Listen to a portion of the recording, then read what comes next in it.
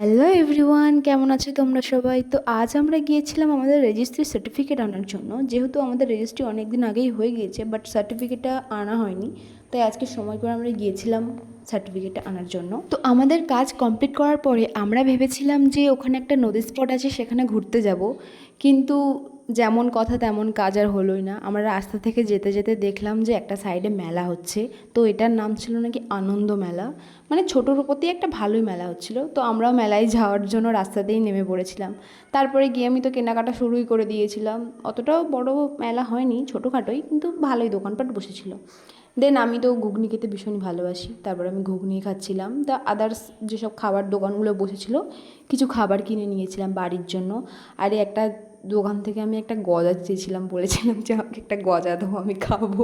তারপর একটু ঘোরাঘুরি করেই বাড়ির দিকে যাওয়ার জন্য বেরিয়ে গেছিলাম। আর আমার বাবাই আমাকে এত খাবার কিনে দিয়েছিল। ভিডিওটা ভালো লাগলে লাইক করো, তাহলে তোমাদের সঙ্গে দেখা হচ্ছে নেক্সট কোনো ভিডিওতে।